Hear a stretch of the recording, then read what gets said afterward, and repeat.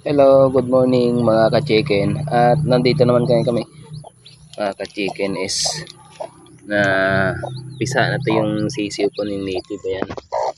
Ayun mga sisiw niya. Ayan siya. Ayun. Ayan mga ka-chicken. Ano? Native po yan. Ayan.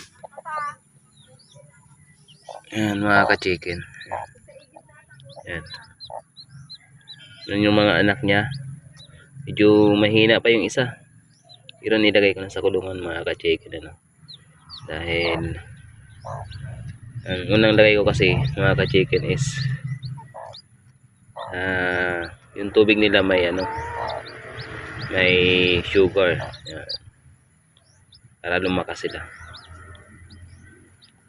Mamaya magbibigay ako ng pagkain mga ka-chicken.